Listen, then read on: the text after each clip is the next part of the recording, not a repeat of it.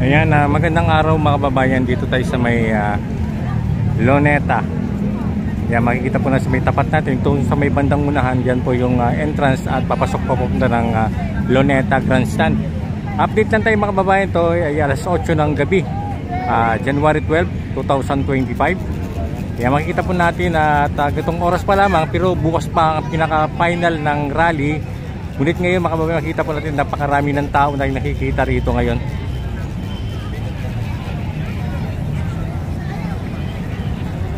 Yan, unti-unti na nakikita natin yung pagdagsa ng ating marami nating mga kababayan dito. Ayan. Vlogger tayo. Ano TV niyo? Taong Kalye. Taong Kalye? Ilan ang viewin? 120. Okay. Oo. Laki. Taong Bayan. Ano? Taong Kalye. Taong Kalye. Check ko mamaya. Sige sir. Naka-live yan? Hindi, update lang para i-update ko lang ngayon.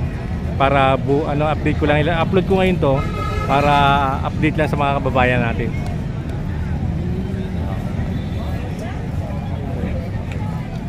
Kasi maraming umaabang, nag-aabang eh. Oo. Okay. Yes sir. Yes sir.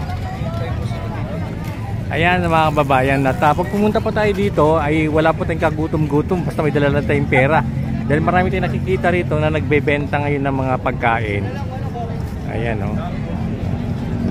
Yan sa may tapat mismo ng sa may kabilang kalsada, sa may Rizal Monument ay naparami natin kababayan na rin doon. Nakikita po natin. Ayan o. Yan, tatawid ka lang dito.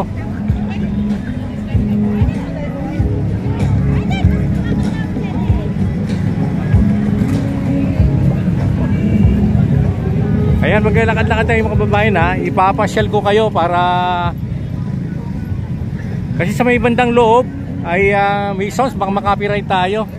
Pero maganda sana makunan sana natin din yun. Pero bukas babalik tayo dito para makunan natin yung pinaka final date talaga, no? January 13. Kasi ngayon desperas pa, January 12 pa lang ngayon. Pero kumuha tayo ng update na para mapakita natin sa inyo kung ano po nangyayaring kaganapan ngayon dito. Yan sa gilid ng ng Roas Boulevard, may mga nakikita nyo mga sasakyan na rin na nakapark dyan. At mamayang alas 4 ng madaling araw, no, ay isasara na itong Roas Boulevard ito hanggang sa may UN Avenue, Roas Boulevard papunta ng Top Avenue. Kaya maluwag yung pwedeng pagparking natin dito.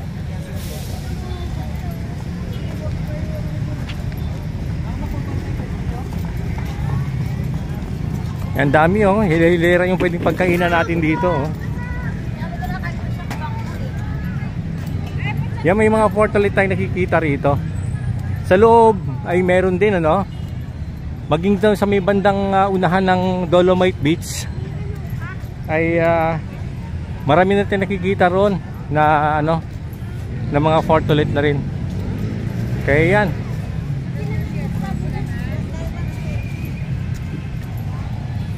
galakad-lakad lang tayo at babaybayin po natin itong Roas Boulevard na to para mapakita po natin sa inyo. Yan sa may bandang unahan, ito po yung TM Calaw.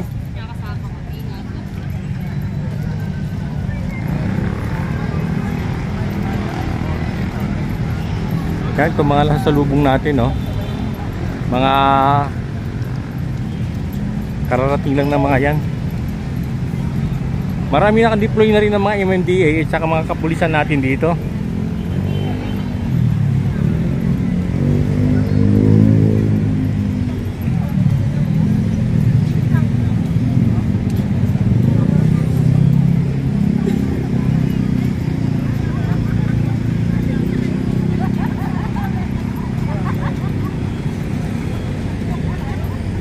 Yan, dito po tayo sa may TM Calaw. Dito papuntang top to pag tinumbok natin yan papuntang top to. Then ito naman sa bandang right side natin, diretso ng Roas Boulevard na to mga kababayan. Roas Luneta Grandstand. Yan, walang pangkalong tao tayo nakikita rito. Halos karamihan nasa harapan at dito sa may sa loob mismo ng sa loob ng Luneta.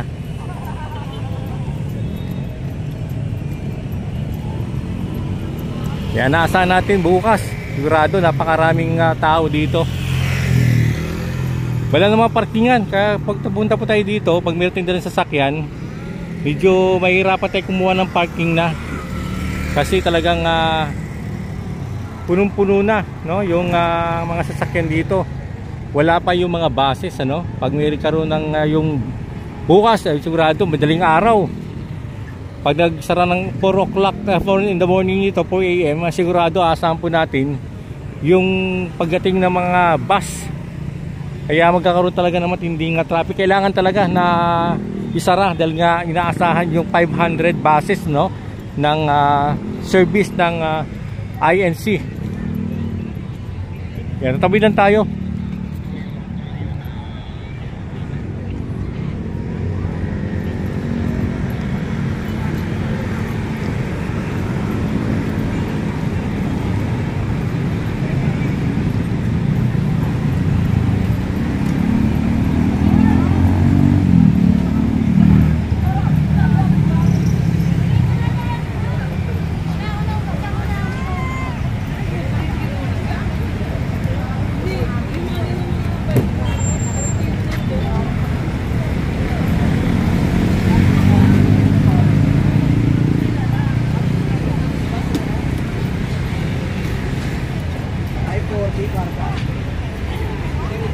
Yan, hanggang dito. Pinaka-head daw yan. Pinaka-head. Yan ba yung head niya?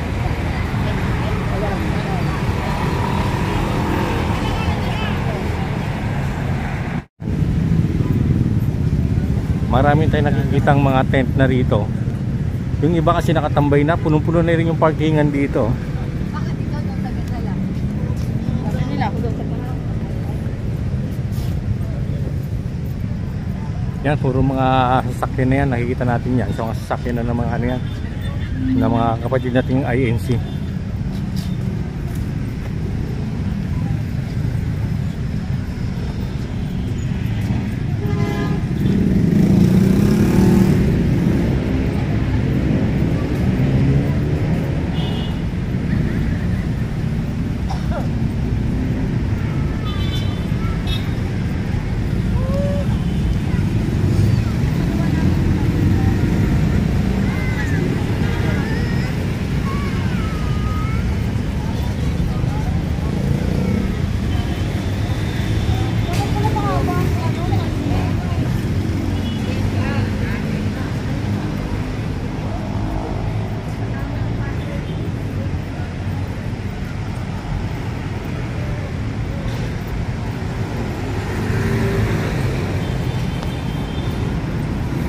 Ayan.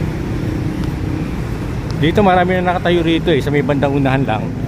Marami nang nakalagay na tent para pagtulugan nila.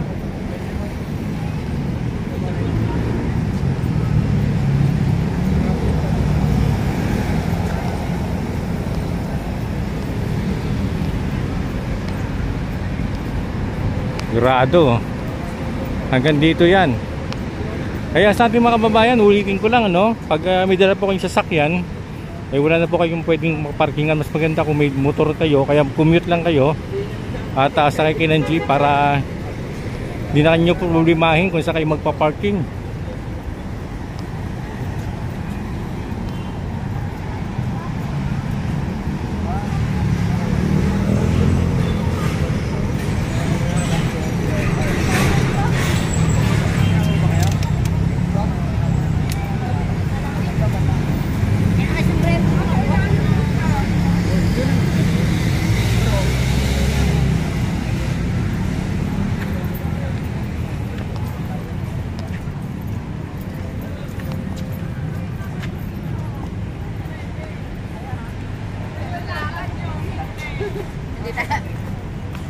Dito daw kami sa 70K. Kaya nilipat kayo dito.